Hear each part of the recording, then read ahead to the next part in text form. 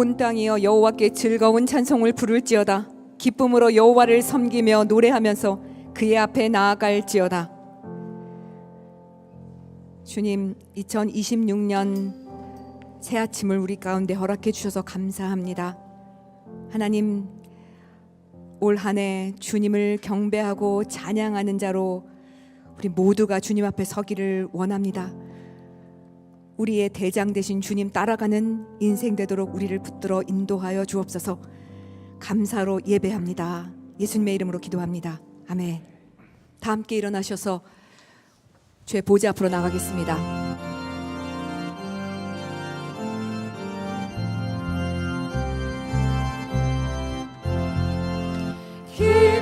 기뻐하며 경배하세 영광의 주 하나님, 주 앞에서 우리 마음 기어나는 꽃 같아 죄와 슬픔 사라지고 의심 구름 거치니 변함없는 기쁨의 주 밝은 빛을 주시네.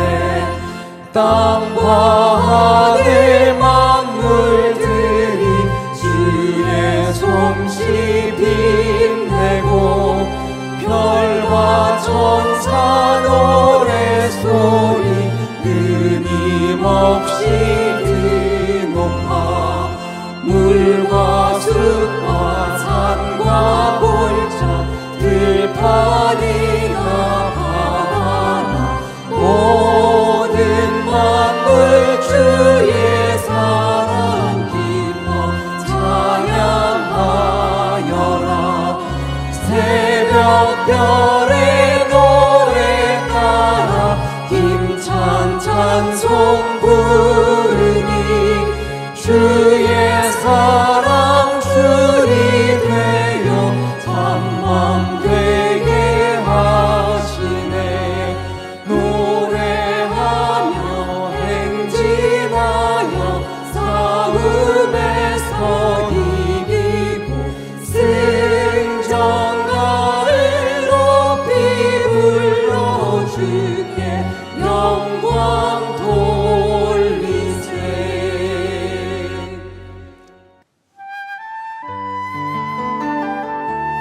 새부대가 되어서 주님 새롭게 살기 원합니다. 주님의 기쁨이 되겠습니다. 믿음의 고백 함께 드리겠습니다. 나 주님의 기쁨 되기 원하네. 내 마음을 새롭게 하소서. 새 부대가 되게 하여 주사. 주님의 빛 비추게 하소서. 내가 원하는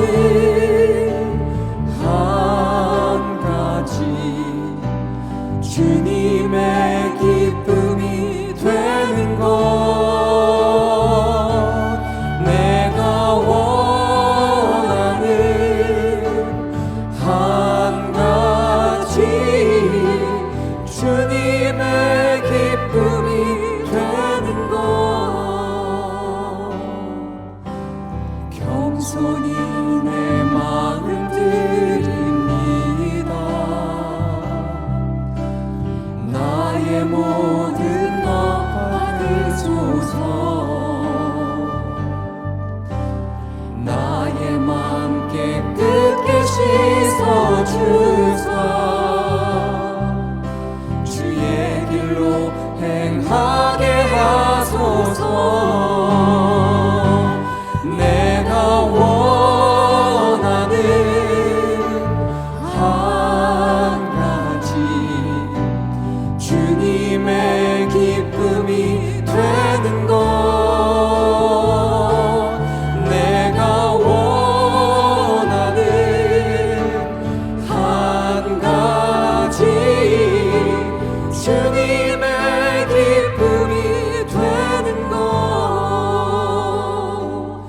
내가 원하는 한 가지 주님의 기쁨이 되는 것 내가 원하는 한 가지 주님의 기쁨이 되는 것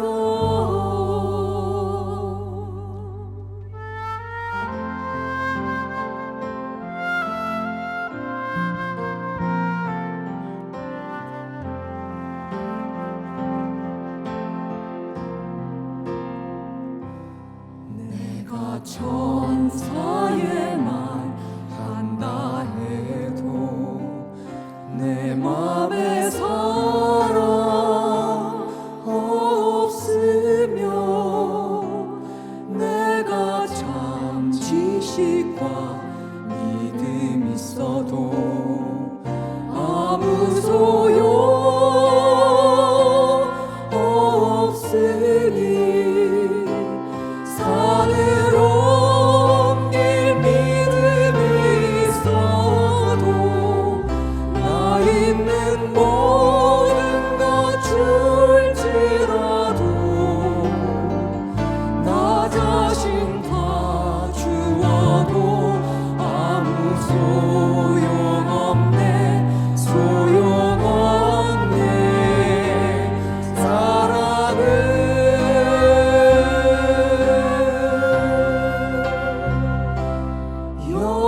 영원하네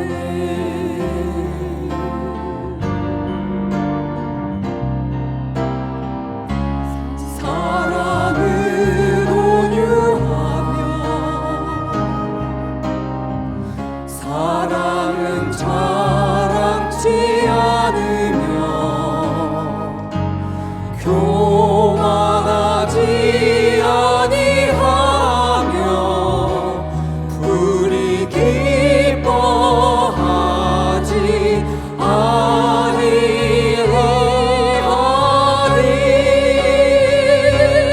내가 천사의 말 한다 해도 내 맘에 사랑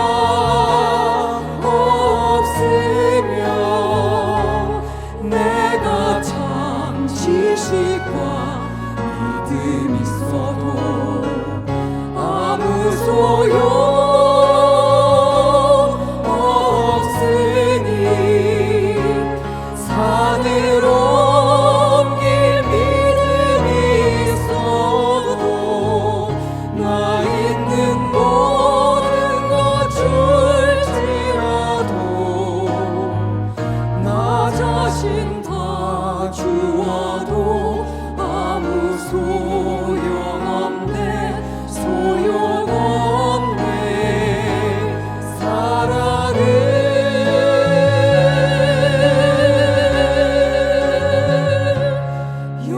영원하네 영원하네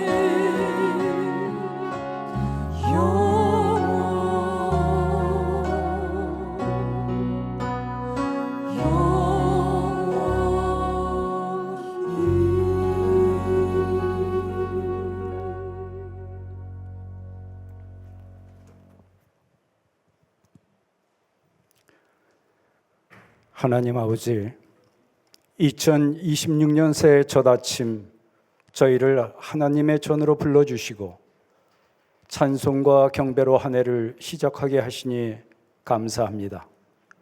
지금까지 우리의 걸음을 인도하신 주님의 손길을 기억하며 여기까지 도우신 에베네셀의 하나님을 찬양합니다. 지난 한 해 험한 세상 가운데서도 교회된 우리를 지켜주시고 눈물의 순간마다 위로와 평강을 허락하신 은혜를 고백합니다. 아버지 감사합니다. 주님, 새해를 맞이하며 지난날의 부족함 주님 앞에 회개합니다. 믿음이 연약하여 세상의 염려에 흔들렸던 마음, 감사보다 원망이 앞섰던 모든 순간을 주님의 보혈로 덮어주시고 새 마음과 새 영으로 우리를 다시 세워 주옵소서.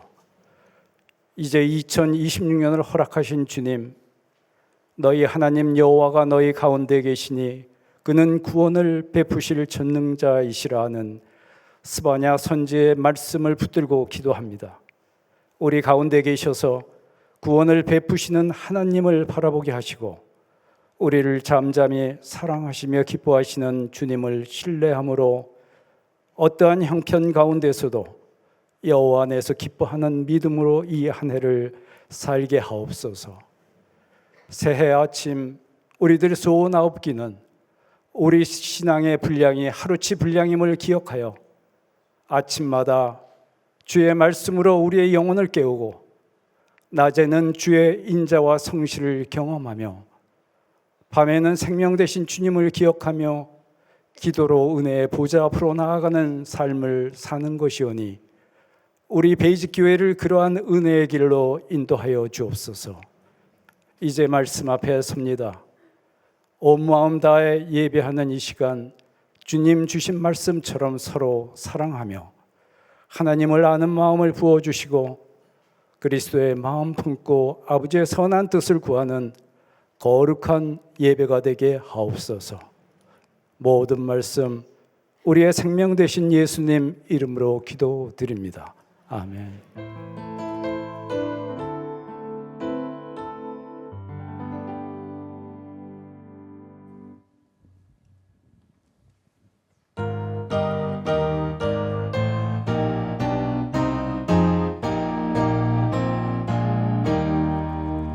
옳은 길 따르라 의의 길을 세계 만민의 참된 길 이 길 따라서 살기를 온 세계에 전하세 만 백성이 나갈 길 어둠 밤 지나고 동튼다 환한 빛 보아라 저비 주 예수의 나라 이 땅에 곧 오겠네 오겠네 주 예수 따르라 승리의 주 세계 만민이 나갈 길과 진리요 참 생명 내 창검을 부수고 딱 따르라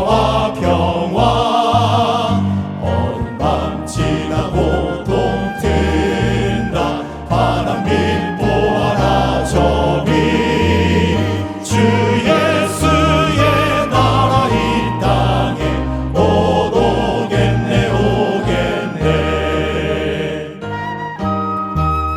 우리 다 같이 감사한 마음으로 함께 찬양하겠습니다.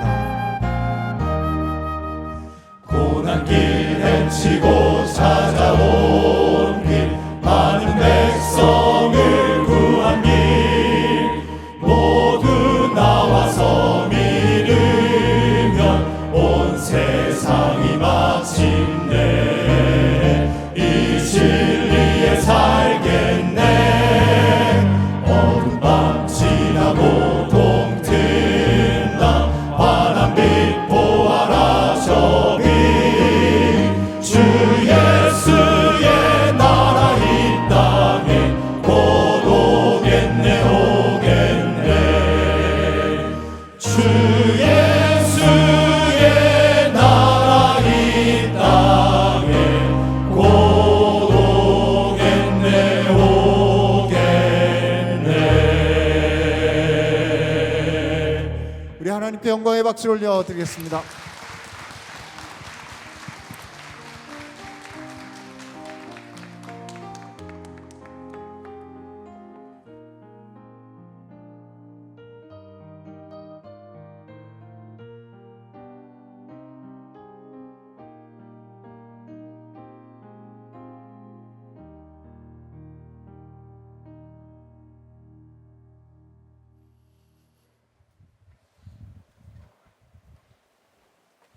네, 오늘 2026년 1월 1일 새해 우리가 같이 볼 말씀은 우리 교회에 주신 말씀입니다. 요한복음 13장 34절 35절 한 목소리로 같이 읽습니다. 시작.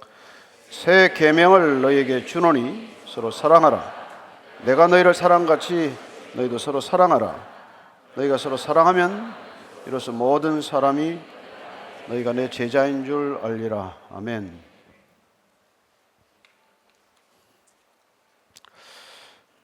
하나님께서 이 땅에 교회를 허락하시면서 교회가 세상과 구별되는 분명한 지점을 우리에게 설정해 주셨습니다. 세상에 모든 것이 있을지라도 단 하나 없는 것, 인간이 모든 것을 할 수 있을지라도 단 하나 할 수 없는 것, 그 사랑을 교회에게 명하셨습니다. 아무것도 없을지라도 사랑이 있으면 모든 것이 있는 것이요, 모든 것이 있어도 사랑이 없다면 아무것도 없는 것이라고 말씀해 주신 주님께서 올 한 해도 이 교회를 통해서 주님이 허락하신 사랑으로 크고 놀라운 일을, 비밀스러운 일을 행하여 주시옵소서. 저희들이 순종하겠나이다. 이 말씀으로 세상을 넉넉히 이기게 하옵시고 때를 따르는 세상에 저항하게 하옵시고, 그러나 궁극적으로는 세상을 이겼다고 선포하게 하여 주옵소서. 예수님 이름으로 기도합니다. 아멘. 오늘날 그리스도인이라는 이름은 뭐 그렇게 영광스럽게 들리지 않습니다. 믿지 않는 사람들에게 물어보면 뭐 비아냥거리듯이 얘기할 것이고, 또 믿는 우리 간에도 그리스도인이란 누굽니까? 라고 말하면 선뜻 말하기가 조심스러운 그런 시대가 되고 말았습니다. 그리스도인은 우리가 스스로 부른 이름이 아니에요. 예수를 모르는 사람들이 예수 믿는 사람다는 사람들한테 붙여준 별명이에요. 사도행전 18장에 처음 나오는 이름입니다. 사도행전 11장 25절 26절에 오면 안디옥 교회 사람들을 보고 세상이 그렇게 불렀어요. 부르기 시작한 것이죠. 크리스티아노스다 이렇게 말합니다. 크리스티아노스는 크리스토스에게 속한 사람이라는 뜻입니다. 헤롯한테 속한 사람들도 있었어요. 헤롯을 왕으로 모시는 사람들, 그를 헤롯 당이라고 그랬고, 그들은 헤로디아노스라고 불렀어요. 그러면 크리스티아노스는 그리스도께 속한 사람들입니다. 세상에 속한 사람이 아니죠.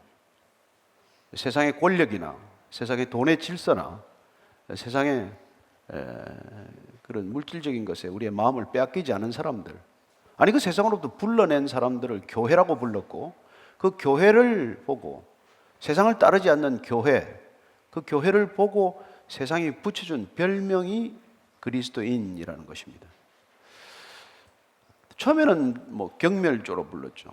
약간 조소하듯이, 조롱하듯이 불렀지만, 누가 지나가면은 쟤는 뭐 크리스티아노스야 하면은 비웃듯이 얘기한 거지만, 시간이 지나면서 무시무시한 박해를 이긴 이름이 되었습니다. 상상할 수 없는 박해를 이겨낸 이름이 된 것이죠. 그리고는 그 이름이야말로 사랑과 희생과 헌신의 대명사가 되었습니다. 어려움이 닥쳐오면 가족들도 도망가고, 어려움이 닥치면 주위에 사람이 없어요. 근데 그리스도인들은 무슨 피가 섞인 것도 아닌데, 무슨 친분관계가 평소에 있는 것도 아닌데, 그 어려운 사람들의 곁을 떠나지 않고 곁을 지켜주었다는 것입니다. 뭐 나중에 보면 흑사병이 일어나더라도, 심지어 뭐 간호진, 의료진까지 떠날지라도 그리스도인들은 그 곁을 지키다가 죽어갔습니다. 함께 죽어간 것이죠. 그래서 그 이름, 그리스도인이라는 이름은 점점 신뢰할 만한 이름, 모든 어려움을 마다하지 않고 뛰어드는 이름, 그리고 끝내는 이 세상을 전혀 다른 방식으로 바꿔놓는 이름, 그 이름이 된 것이죠. 명예스러운 이름이 된 것입니다. 누구든지 그 이름으로 불리는 것을 부끄럽게 여기지 않는 시대가 된 것이죠. 그랬던 이름인데 왜 오늘날 이 시대에는 그리스도인이라는 걸 어디 가서 밝히는 것도 조심스럽고, 밝혀도 조롱받는 일이 많고, 점점 더 침묵을 강요받는 이런 시대가 되었냐는 것이죠. 올 한 해를 우리가 살아가면서 뭐 어떤 일이 닥칠 거라는 것은 뭐 여러분들이 대충 짐작할 것입니다. 어쩌면 경험하지 않은 많은 일들이 일어날 것입니다. 그러나 그럼에도 불구하고 이 세상이 흘러가는 방향에 편성해서 떠내려가는 사람들은 아닙니다. 그리스도인들은 언제 어느 때나 세상의 흐름, 세상의 이 흘러가는 물결을 거슬러 올라간 사람들이에요.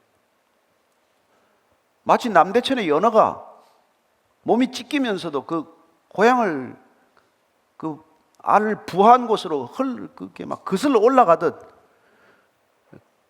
그렇게 우리는 본향을 그리워하면서 이 세상의 흐름을 역류하면서 거슬러 가면서 떠내려가지 않고 몸부림치고 살아가는 사람들입니다. 몸에 뭐 상처가 생기더라도, 심지어 만신창이가 되더라도 끝내 이 흐름에 굴복하지 않고 저항하고 이 흐름을 끝내 이겨내는 사람들의 이름이 그리스도인인 것이죠. 따라서 시대가 어려우면 어려울수록 그리스도인들은 세상과 부딪혔습니다. 그럼에도 불구하고 그들은 끝내 세상에 속하지 않은 자로 살았고, 세상에 속하지 않았기에 그들은 세상을 변화시킬 수 있는 사람이 된 것이죠. 세상에 결코 굴복하지 않았기 때문에 세상이 그리스도인들에게 굴복하기 시작한 것입니다. 어떻게 그 엄청난 박해를 이겼을까? 기름솥에 던져져도 굴복하지 않았고, 사람을 횃불로 불에 태워도 굴복하지 않았고, 사자밥이 되도록 던져주어도 굴복하지 않은 게 무엇입니까? 무기가 있었습니까? 무슨 다른 별다른 지위가 있었습니까? 아니 별다른 무슨 싸울 만한 전략이 있었습니까? 무슨 그런 구체적인 전술 지침이 내려왔습니까? 도대체 그리스도인들은 무엇 때문에, 무슨 능력으로 지난 2000년간을 견뎌왔냐는 것이죠. 이 계명 때문에, 이 명령 때문에, 이 말씀 때문에 우리는 세상과 전혀 다른 삶의 방식, 그 삶의 방식을 고수하고 끝까지 붙들고 여기까지 온 것이죠. 지금 비록 우리가 그렇게 살건 못 살건 그것도 중요하지 않아요. 그 문제가 아니라 우리는 무엇을 붙들어야 하는, 어떤 정체성을 가지고 살아가는 사람이 되었냐는 것입니다. 그리스도인은 행동으로 규정되지 않습니다. 그리스도인은 누군가 하는 정체성으로 규정되는 사람이에요. 그 그리스도인의 정체성은 바로 여기서 비롯된다는 것입니다. 우리가 오늘 읽은 본문 말씀 34절을 새로 한번 더 읽겠습니다. 시작. 새 계명을 너희에게 주노니 서로 사랑하라. 내가 너희를 사랑한 것 같이 너희도 서로 사랑하라. 새 계명을 주셨습니다. 새로운 명령을 하신 것이죠. 사랑하라는 것은 새로운 명령은 아닙니다, 사실. 내 마음과 목숨과 뜻과 힘을 다해서 하나님을 사랑하라고 이미 들었고, 내 이웃을 내 몸같이 사랑하는 말씀도 레위기 신명기 말씀이다, 있는 말씀이에요. 그럼 예수님께서는 무슨 서로 사랑하라고 하는 것을 새 계명이라고 말합니까? 새 기준을 얘기하는 것이죠. 지금까지 사랑해왔던 기준이 아니라 그 기준을 한껏 높여버린 것입니다. 그분은 당시 자신의 기준으로 우리를 끌어가기 위해서 이 땅에 오신 분이에요. 우리가 적당히 살아가는 그 기준을 타협하기 위하고 그 기준을 용인하기 위해서 온 분이 아닙니다. 그 기준을 당신의 기준, 하나님의 기준으로 끌어올리기 위하여 그분께서는 이 땅에 오신 분이에요. 그 새로운 기준으로, 새 계명으로 이 세상을 온전히 바꿔놓겠다고 오신 분이에요. 그분은 무슨 이 세상의 방식으로 세상과 부딪히지 않았습니다. 세상이 가지고 있는 힘과 능력으로, 전술과 전략으로 헤롯 왕과 싸운 것도 아니고 카이사르 황제와도 싸우지 않았습니다. 그런데 어떻게 로마 제국이 무너진 것입니까? 왜 헤롯 왕은 벌레에 물려 죽고 그렇게 차례차례 죽어갑니까? 누가 이긴 겁니까? 겉으로 보면 그리스도인은 처음부터 끝까지 패배하는 존재였습니다. 여러분, 죽음만큼 확실한 패배가 어디 있습니까? 목숨을 빼앗기는 것보다도 더 분명한 패배가 어디 있어요? 그러나 그리스도인은 그 많은 죽음에도 불구하고 그 많은 순교의 역사에도 불구하고 패배하거나 결국 포기하지 않았다는 것입니다. 무엇 때문에? 이 한마디 말씀 때문에. 새 계명, 새 명령, 새 기준 때문에. 어떤 기준입니까? 서로 사랑하라는 기준이에요. 서로 사랑하라는 기준. 여러분, 이 시대 교회를 보십시오. 이 기준을 지키고 있습니까? 오늘처럼 교회가 많은 교회가 어디 있습니까? 수많은 교회가 있지 않습니까? 수많은 성경 공부가 있지 않아요? 뭐 걸핏하면 물어보면 성경 공부한대. 얼마나 많은 설교가 돌아다닙니까? 얼마나 많은 교회들이 유튜브 생방송을 하고 있습니까? 근데 서로 사랑하라는 이 계명을 지키냔 말이에요. 예수님은 그 많은 것들을 명령하지 않았습니다. 내 말이 너희 안에 거하면 진리를 알지니 진리 안에서 너희가 자유하라고 말씀하셨고, 또한 내 말이 너희 안에 거하면 열매를 맺을 터이니 열매를 맺으라고 명령하셨고, 그 사이에 이 사랑이라고 하는 계명을 새 기준으로 우리에게 주신 것이죠.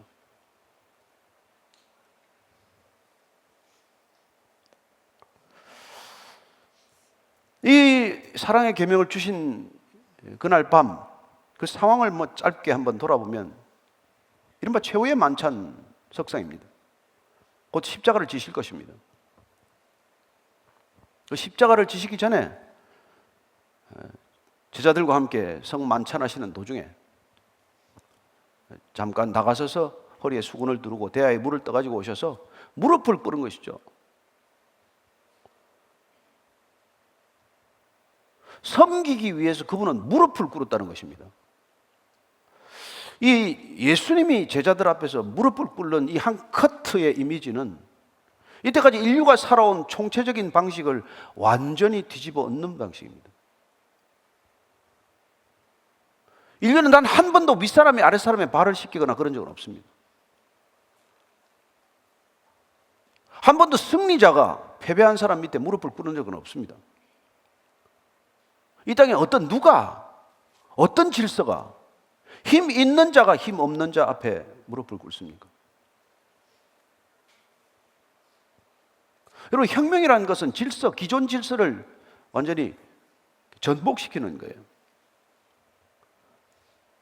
기존의 질서, 기존의 체계를 완전히 뒤집어 엎는 걸 우리는 혁명이라고 말한다면, 예수님의 이 한 가지 행동, 무릎을 꿇고 제자들 발을 씻기겠다고 꿇어앉는 이 모습은 이 땅에 혁명의 진정한 아이콘이 될 만한 일이죠. 뭐 지금이야 뭐 장로 장립할 때 세족식도 하고 뭐 의식과 절차로서의 세족은 남아있지만, 그러나 진정으로 섬길 이유가 없는 사람이, 섬길 자격이 없는 사람을 섬기는 일이 도대체 이 시대에 어디에 있습니까?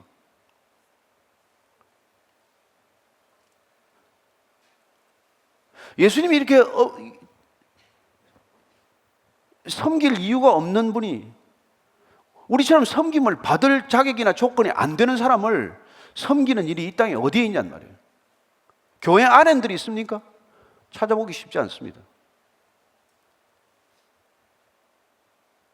성도들이 저한테 잘해요. 뭐 막말하는 사람도 없고, 뭐 이것저것 뭐 좋아한다고 가져오기도 하고, 막대하지 않습니다. 몰라요. 제가 뭐 은퇴도 그렇게 잘하는지 모르겠습니다만은. 그러나 여러분들이 밖에 나가서 섬길 이유가 없는 사람한테 이걸 하냔 말이에요.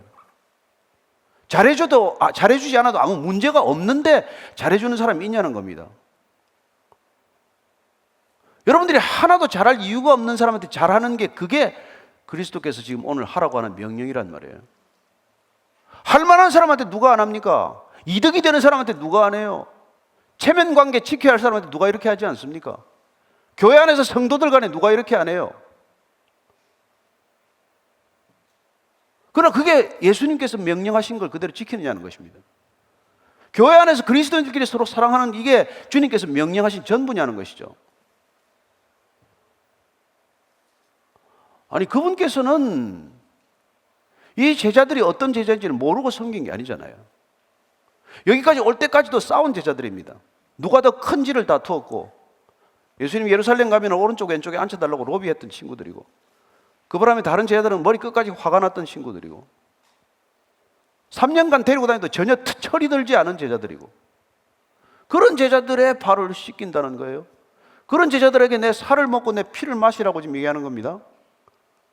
앞으로도 무슨 일을 저지를지 알아요. 이 밤이 지나고 나면, 아니 밤이 다 가시기 전에 가룟 유다는 어둠 속으로 예수를 팔러 나갈 것이고, 닭이 울기 전에 베드로는 3번씩 예수님을 저주하면서까지 부인할 것이고, 십자가에 달리면 모든 제자들은 다 도망가고 그 곁에 있을 사람이 없다는 걸 다 아시면서 이걸 하신 거 아니에요. 아니, 우리처럼 모르다가 뭐 배신당하는 이런 일이 아니잖아요. 배신을 눈앞에 보고 있고 배신을 한 것을 훤히 알고 계시지만은 사랑하고 섬겼다는 거래요. 그래서 요한복음 13장 1절은 예수님께서 떠날 때가 다 된 것을 아시고 사람을 사랑하시되 끝까지 사랑하셨다라고 시작을 하고 있는 겁니다. 그분의 사랑은 일방적인 사랑이에요. 그분의 사랑은 끝까지 사랑입니다. 그분의 사랑은 눈높이 사랑이 아니에요. 내려다보는 사랑이 아닙니다. 올려다보는 사랑이라는 거예요. 상대방을 나보다 더 귀하게 여기는 사랑이라는 것입니다. 내가 위의 입장에서 아래 사람한테 잘하는 게 뭐 어렵습니까? 뭐 돈도 좀 나눠줄 수 있고 선심도 좀 쓸 수 있고 뭐 여유되면은 뭐 이런 사람 저런 사람한테 무슨 뭐 몰래 도와줄 수도 있어요. 그리고 친구들하고 여러분 눈높이에 맞춰서 얼마든지 사랑할 수 있습니다. 그러나 내가 시선을 낮춰서 나보다 낮은 사람 앞에 내가 나를 더 낮춰서 권위를 모두 다 버리고 나름대로 여러분 뭐 돈 좀 벌고 뭐 자리 좀 차지하는 게 뭐예요? 그 이름 그 권위 그 체면 아닙니까? 그것 때문에 그렇게 죽고 못 살고 그걸 주려고 애를 쓰는 거 아닙니까? 근데 그거 다 버리고 내 체면이고 내 권위고 내 모든 자존심이고 다 버리고 그렇게 여러분 사랑하라는 게 이 명령의 본질이란 말이에요. 그럴 때 그 사랑은 세상을 뒤집어 엎는 혁명적인 능력이라는 거예요. 오직 그 사랑만이 이 세상을 온전히 바꿀 수 있는 진정한 능력이라고 말합니다. 이 땅에 어떤 혁명이 근본적으로 질서를 바꿉니까? 쿠데타가 바꿉니까? 프랑스 혁명이 바꿨습니까? 무슨 러시아 혁명이나 중국 모택동 혁명이 바꿨습니까? 인간이 어떤 혁명을 가지고 인간의 질서를 바꿨습니까?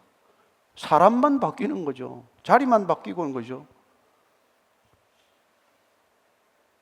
오직 예수님이 이 땅에 오셔서 12 제자 불러서 이 사람들을 사랑으로 뒤집어 엎어서 교회라는 이름으로 세상이 질서와는 전혀 다른 질서를 연습케 한 뒤에 그 질서를 이 땅 가운데 확산시키고자 하기 위해서 이 땅에 오신 분 아닙니까?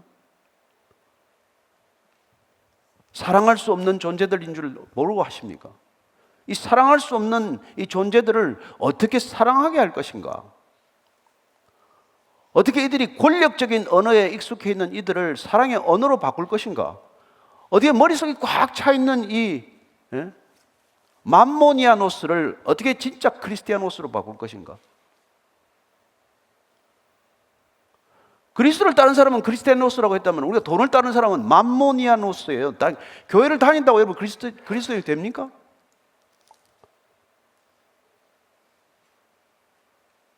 세상의 힘을 의지하고 세상의 것들에 뭐 그 매력에 빠져서 허우적거리고 거기서 여러분들 뭐 어쩔 줄 모르는데 어떻게 이런 사랑을 얘기한들 알아듣기를 하겠으며 이 사랑을 실천하라 그런다고 실천이 되겠습니까? 불가능한 일이에요. 그래서 예수님께서는 아예 피를 갈기로 한 거란 말이에요. 이 제자들의 피를 다 갈아엎기로 결정한 거란 말이에요.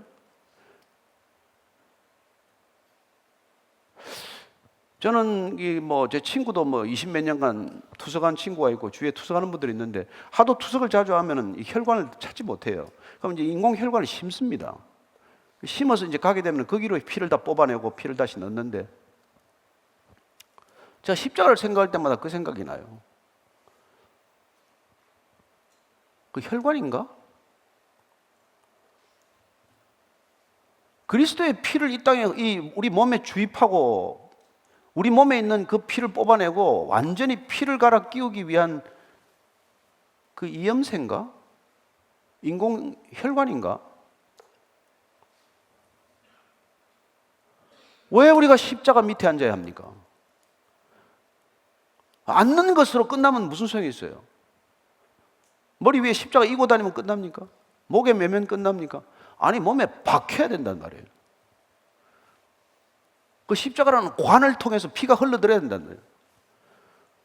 그래서 우리 예수 믿으면 뭐 A형도 아니고 B형도 아니고 뭐 AB도 아니고 다 J형이 된다는 그런 우스갯소리를 하잖아요. 우린 다 J형입니다.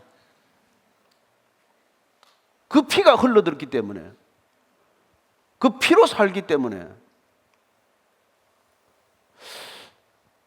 저는 오늘날 이 교회가 이 피를 소중히 여기지 않기 때문에, 여러분, 투석한 사람들 일주일에 2번 이상 투석해야 합니다. 안 그러면 죽어요. 우리도 마찬가지란 말이에요. 일주일에 2번, 3번 피를 갈지 않으면 우리는 못 사는 사람들이에요. 우리는 절대 크리스티아노스가 되지 않고 맘모니아노스로 살아가는 사람이 될 거란 말이에요. 그러면서 다 착각만 하는 거죠.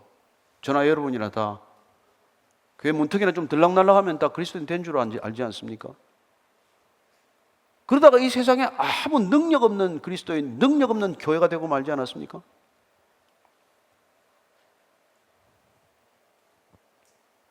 사도 바울이 이 그리스도의 피, 그리스도의 능력을 수혈받고 나서, 예수 그리스도는 사랑을 설명하는 분이 아니구나.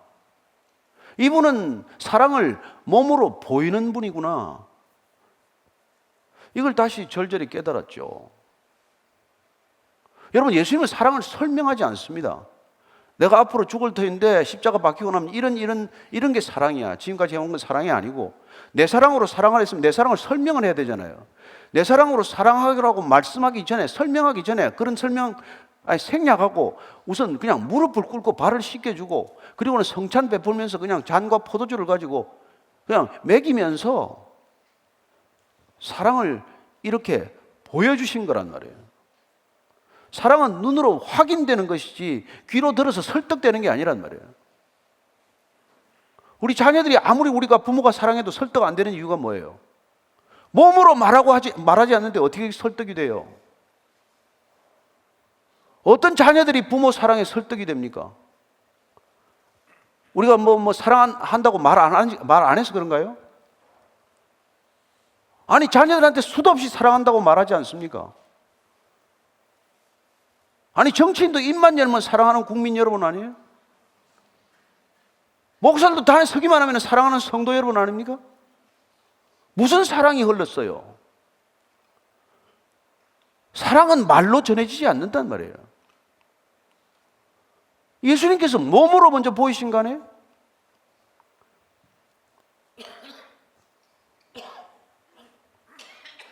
할 만한 사람한테 한 게 아니잖아요. 배신할 존재들 아닙니까?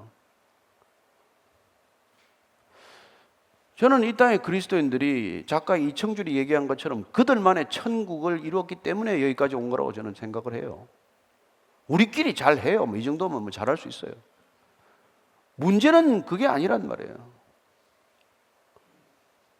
당신이 당신 모르는 사람한테, 당신하고 아무 상관없는 사람한테, 그렇게 잘해줘도 아무 소용없는 사람한테, 그렇게 잘한다고 남이 알아줄 것도 아니고 그 사람조차도 심지어 고마워하지 않을 그 사람한테도 잘하고 있냔 말이에요. 그게 그리스도인이라는 거예요. 그게 세상을 섬기는 방식이라는 거예요. 그게 우리가 쓰는 언어라는 거예요.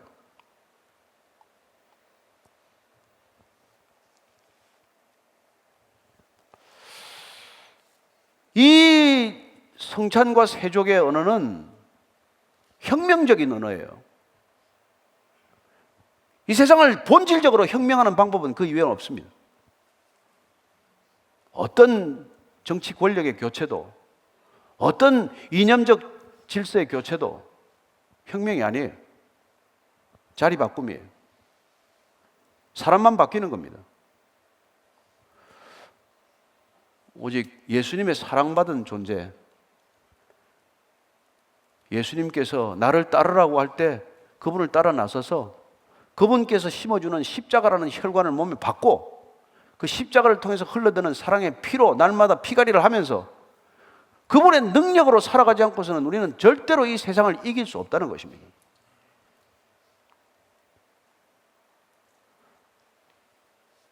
그분은 십자가를 지기 전에 세상을 이겼다고 선포하지 않았어요? 뭘로 이겼다는 거예요? 이 사랑은 패배할 수 없다는 뜻입니다. 이 사랑 안고 수많은 사람들이 순교했지만, 별의별 방법으로 순교를 당했지만 그 사람들은 결국 패배한 게 아니라는 뜻이에요. 그게 믿음의 열전이 우리에게 보여주는 목록입니다.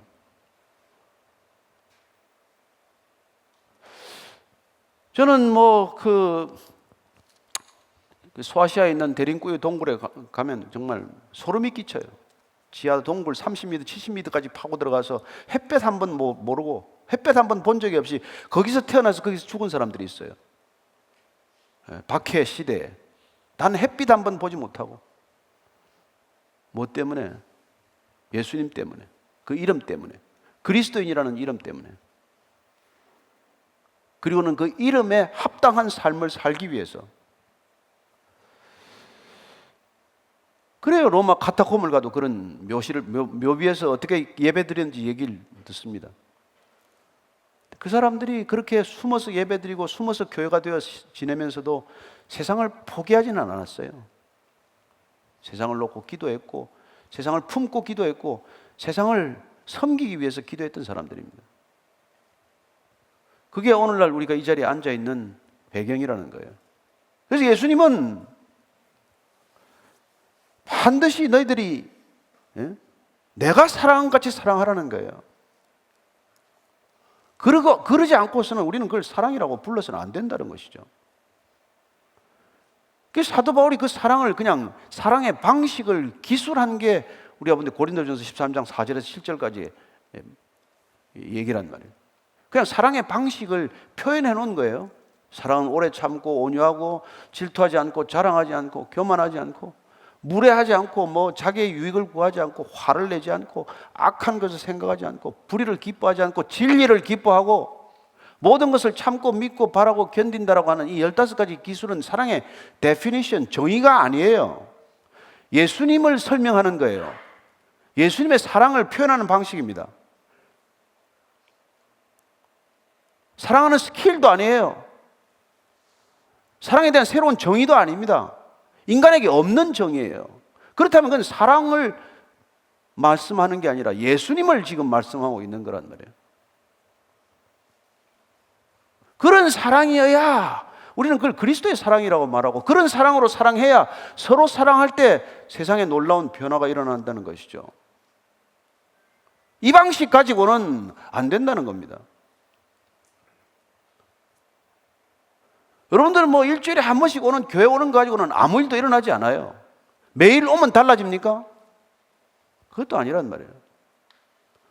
그분의 피가 우리 안에 흘러들어서 그분의 피로, 그분의 능력으로, 그분의 언어로, 그분의 사고방식으로, 그분의 삶의 방식으로 살지 않으면 아무 일도 일어나지 않는단 말이에요. 그래서 우리 앞에는 지금 큰 과제, 큰 어려움, 큰 도전이 주어진 것이죠. 또다시 지금 우리는 로마 시대처럼 박해받지는 않습니다. 예수 믿으면 잡혀가서 무슨 큰 목이 잘리거나 그러진 않아요. 그러나 우리 안에는 그 시대보다 훨씬 더 어렵고 교활하고 간악하고 정말 그런 교묘한 박해들이 기다리고 있는 것 아니에요? 아니, 그 박해가 이미 우리를 침식시키고 말지 않았습니까? 그리스도의 정체성이 깎여나가서 그리스도인인지 비그리스도인지 분간이 되지 않는 그런 모습이 되고 만 거 아니에요? 반쪽짜리 그리스도인 정도도 안 되는 그리스도인이 얼마나 많아졌습니까? 아니, 교회 안에서 그리스도와 정반하는 반그리스도인, 앤티 크리스찬은 또 얼마나 많이 생겼습니까? 이게 도대체 그리스도인인지 아닌지가 뒤섞여가지고 교회는 이토록 혼란스러울 수가 없고, 이게 다 무엇 때문에 그런 일이 일어났냐는 거예요. 내 식대로 사랑하기 때문이죠. 오늘 주님께서는 내가 너희를 사랑한 같이 그렇게 사랑해야 된다, 그렇게 강조하는 것이죠.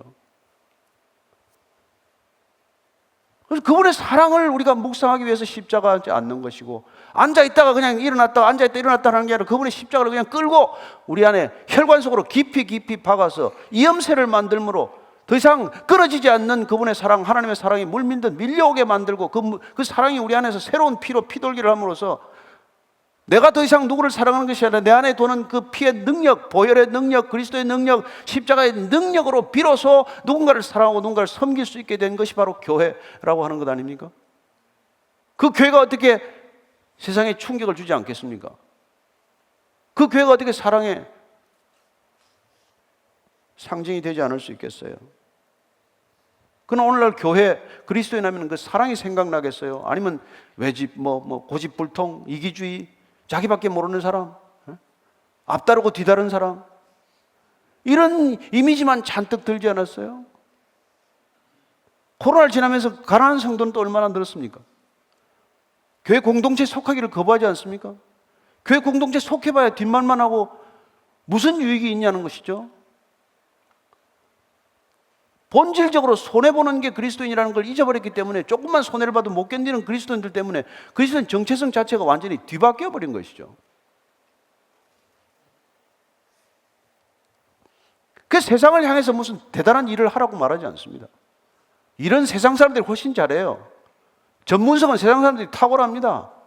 우리가, 교회가, 그리스도인들이 해야 할 일은 도대체 뭐냐는 것이죠. 어떻게 해야 세상은 초대교회 안디옥 교회를 보고 그리스도인이라고 불렀던 것처럼 오늘날도 교회를 보고 그 교회의 별명을 그리스도인이라고 별칭으로 부를 수 있냐는 것이죠. 35절 말씀입니다. 한번 더 읽을게요. 시작. 너희가 서로 사랑하면 이로써 모든 사람이 너희가 내 제자인 줄 알리라. 제자는 헬라어로 마테테스예요. 따르다가 죽는 사람들을 말합니다. 제자는 따르다가 다 그분 따라 죽은 사람들이에요. 증언하다가, 증인 노릇하다가 다 죽은 사람들이 제자들이에요.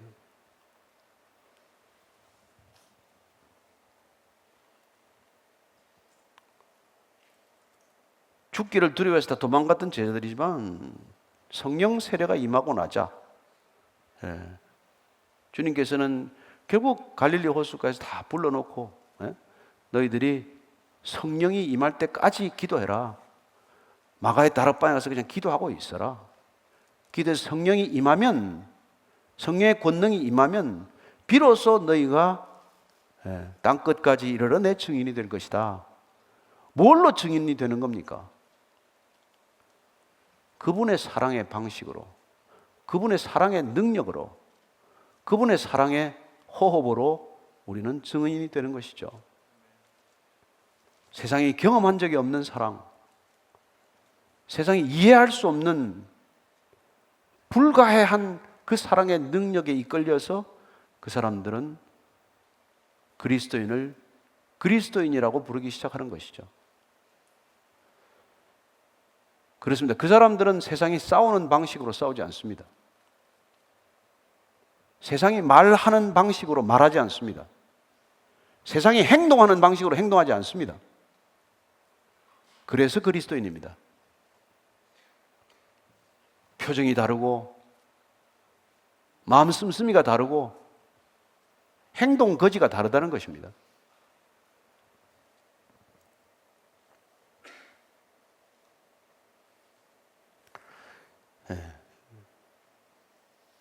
그렇게 살면 필시 고난을 겪겠죠.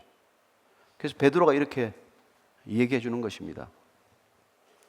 베드로전서 4장 16절 말씀 하나 읽겠습니다. 같이 읽습니다. 시작. 만일 그리스도인으로 고난을 받으면 부끄러워하지 말고 도리어 그 이름으로 하나님께 영광을 돌리라. 베드로도 고난이 무서워서 다 부인했던 사람 아닙니까? 그러나 그가 진짜 그리스도인이 되고 나서 고난이 파도처럼 닥쳐오자 더 이상 두려워하지 않고 부끄러워하지 않는 사람이 된 것이죠. 고난 받으면 부끄럽습니다. 병들면 좀 창피한 생각도 들어요.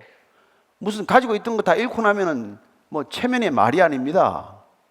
부끄러워할 일이 아니에요. 그런 거 절대로 부끄러워할 일이 아닙니다. 예수 믿다가 아무 고난 없는 걸 부끄러워해야 되는 것이죠. 예수를 믿었는데 아무 고난이 없다는 게 이상한 일이라는 것을 알아야 합니다. 우리 다 마찬가지예요. 사랑한다는 것은 고난을 겪는 일입니다. 사랑이란 건 내 목숨 갉아먹는 일이에요. 사랑은 죽을 만큼 내가 힘들어지는 것입니다. 사랑하고 힘들지 않으면 이상하지 않아요? 그래서 고난을 받으면 부끄러워하지 말고 그 일이 그리스도인이라는 이름을 그리스도인답게 만드는 것이고 그 그리스도인이라는 이름이 하나님을 영광스럽게 하는 것이다. 이렇게 말하는 것이죠. 따라서 이 시대의 과제는 뭡니까? 제발 고난다운 고난을 겪게 하소서. 그리스도인 이름에 합당한 고난을 기꺼이 받아들이게 하소서. 고난을 피하기 위해서 몸부림치는 그리스도인들이 아니라 어떻게 하면 그 고난을 기꺼이 내가 받아들일 것인가? 어떻게 하면 내가 수치를 겪고 주님이 영광을 받을 것인가? 어떻게 하면 내가 연약해지고 주님의 강함이 드러나게 할 것인가? 이게 우리의 관심사가 되어야 하는 것이죠. 그 힘과 그 능력으로 그렇게 싸우지 않으면 우리는 절대로 세상을 못 이긴다는 것입니다. 왜 선으로 악을 갚으라고 하십니까? 악을 악으로 갚으면 악에 지기 때문에 결코 악을 이길 수 있는 방법이 없기 때문에 그렇게 말씀하신 것이죠. 그리고 악인을 갚는 것은 나한테 맡기라 하나님께 맡기는 이유가 뭡니까? 악에 손을 묻히는 순간 악에게 치고 들어가기 때문에 그 악으로는 절대 선을 이룰 수 없기 때문에 결코 악순환의 고리를 끊을 수 없기 때문에 악으로 악을 갚지 말라고 하는 것이죠. 그렇습니다. 권력은 악순환이에요. 모든 권력은 기본적으로 통제하고 억압하고 조종하고 박해하고 살해하고 권력의 속성이에요. 왜 지금 사랑으로 나를 섬기라고 말합니까? 왜 사랑으로 서로 사랑하라고 말합니까? 왜 사랑으로 서로 섬겨야만 한다고 말씀하시는 것입니까?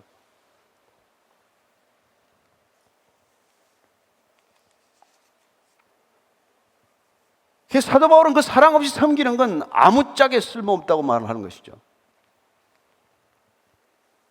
사랑 없이는 여러분 어떤 구제, 어떤 봉사, 어떤 헌신도 아무 의미가 없다고 말합니다.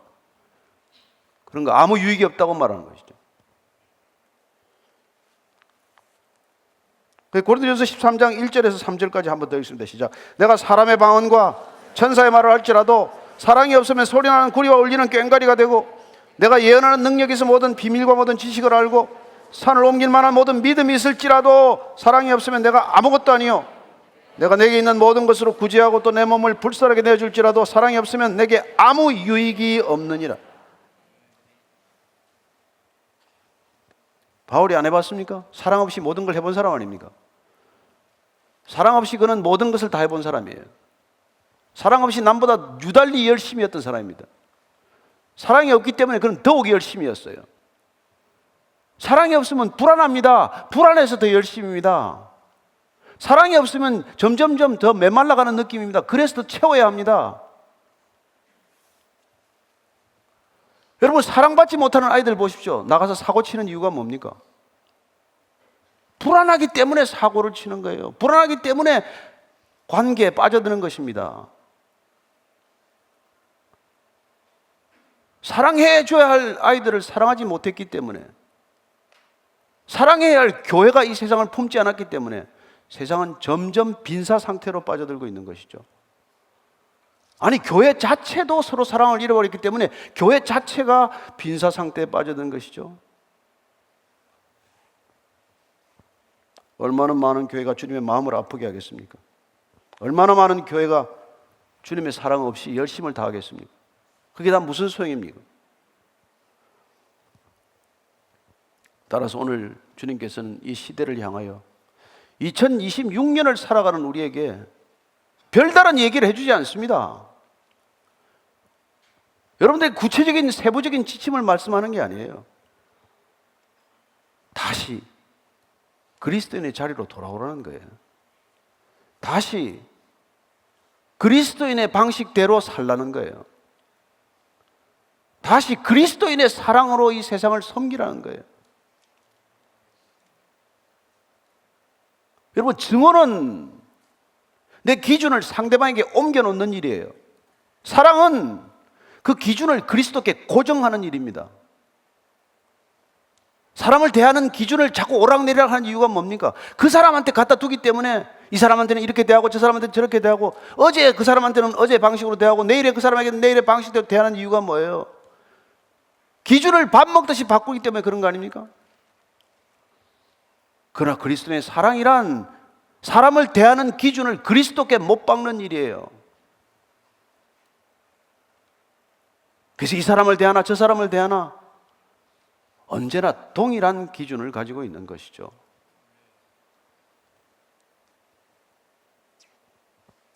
저는 베이직 교회가 그런 교회가 되기를 축원합니다.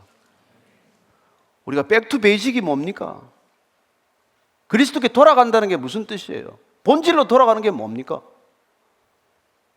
그리스도의 사랑으로 돌아가는 것 말고 뭐가 우리에게 더 중요합니까? 그것보다도 더 본질적이고 더 중요한 일이 어디 있습니까? 따라서 다시 한번 저희 교회가 주 안에서 주의 사랑으로 회복되기를 축원합니다. 우리의 싸움은 혈과 육에 대한 것이 아니요 정사와 권세와 어둠의 세상 주관자들과 하늘에 있는 악한 영들에 대함인데, 이 싸움조차도 사랑이 아니고서는 백전백패하기 때문에 그런 겁니다. 사랑으로 싸울 때만이 주님께서 함께 싸워주십니다. 사랑으로 싸울 때만이 주님께서 우리를 든든히 지켜주십니다. 그러지 않으면 우리는 세상에 지고 들어가는 거예요. 저는 그리스도인이 자존심을 지키려다가 그리스도인의 정체성도 잃고 사람도 잃는다는 것을 기억하십시오. 그리스도인이 사는 길은 자기의 정체성을 지키는 길이고, 자기의 정체성을 지킬 때만이 남도 생명에 이르게 할 수 있다는 것입니다. 우리가 끝까지 더 그리스도인다워지는 것, 우리가 더욱더 그리스도인의 본질을 지켜내는 것, 그것이야말로 유일하게 그리스도인이 세상을 향하여 저항하는 방식이라는 것입니다. 우리는 한 번도 세상과 타협하지 않았습니다. 한 번도 세상에 무릎 꿇지 않았습니다. 우리는 처음부터 끝까지 세상에 저항할 것입니다. 그러나 사랑으로, 사랑의 방식으로, 사랑의 존재로 저항하는 것입니다. 사랑보다 큰 저항은 없습니다. 사랑보다 큰 강력한 저항은 없습니다. 그리고 사랑만이 이 세상을 혁명케 하는 유일한 길이라는 것을 기억하십시오. 세상의 속임수에 속지 마십시오. 세상의 혁명에 놀아나지 마십시오. 저는 그리스도께서 끝까지 우리를 지켜주실 것을 믿습니다. 우리가 올해 훨씬 더 많은 어려움, 한 번도 경험하지 못한 어려움이 닥쳐올지라도 우리가 지켜야 될 것은 우리의 재산도 아니고 우리의 이름도 아니고 우리의 명예도 아닙니다. 그리스도인의 정체성을 끝까지 지키게 되시기를 축원합니다.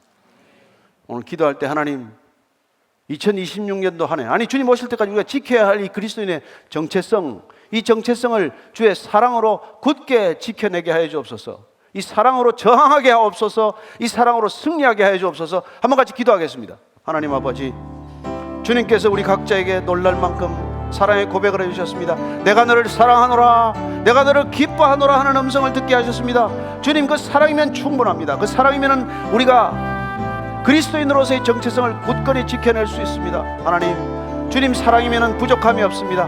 우물가의 여인이 주님의 사랑으로 회복되었듯 주님의 사랑으로 우리도 모두 회복될 줄로 믿습니다.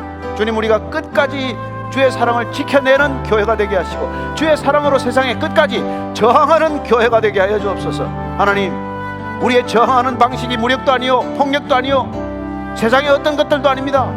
오직 주의 사랑으로 우리가 세상에 저항하게 하시고 주의 사랑으로 견디게 하시고 주의 사랑으로 승리하게 하여 주시옵소서. 하나님, 끝까지 한 사람 한 사람 주의 사랑에 묶인 바 되게 하시고 그리스도의 사랑이면 충분합니다 고백하는 그리스도의 사도들이 되게 하시고 놀랍게도 그리스도의 형제 자매들 되게 하셔서 하나님, 교회야말로 아무것도 없어도 사랑이면 충분합니다, 다 가져도 사랑이 없으면 아무것도 없는 교회입니다. 그렇게 고백하는 믿음의 교회, 고백교회, 사랑의 교회 되게 하여 주시옵소서. 하나님, 올 한 해 끝까지 주의 사랑으로 이 세상의 방식에 저항하고 이 세상의 방식을 견뎌내고 이 세상의 방식에 승리하는 교회와 그리스도인 되게 하여 주시옵소서. 예수님 이름으로 기도합니다. 아멘. 우리 다 일어나셔서 오늘 애국가를 부르도록 하겠습니다. 1월 1일 애국가 4절까지 부르도록 하겠습니다.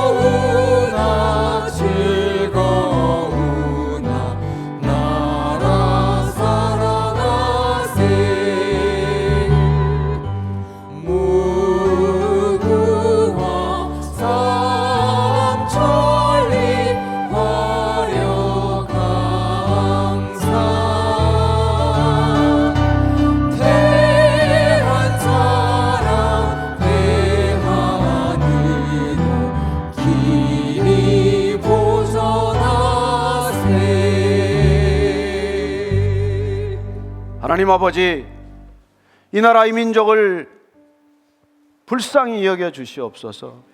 하나님, 아직도 분단의 고통 가운데 있는 이 나라 민족 가운데 복음으로 하나 되게 하시고 성령으로 하나 되게 하시고 하나 되게 하시고 하나님으로 하나 되게 하여 주시옵소서. 교회를 불쌍히 여겨 주시옵소서. 하나님의 마음을 근심케 하는 교회가 아니라 하나님의 마음을 시원케 하는 교회 되게 하여 주옵소서. 내가 너희를 사랑한 같이 서로 사랑하러 하는 이 명령 붙들고 한 해 살아낼 힘을 허락하여 주시옵소서. 이제는 십자가에서 그 사랑 쏟아부어 주신 우리 구주 예수 그리스도의 사랑과 하나님 아버지의 형언할 수 없는 사랑과 성령의 기름 부으심이 오늘도 이 사랑 가지고 올 한 해를 거뜬히 이겨낼 수 있습니다. 고백하고 선포하는 이전에 고개 숙인 참다운 그리스도인들 위해 지금부터 영원까지 항상 함께 하시기를 간절히 축원하옵나이다. 아멘.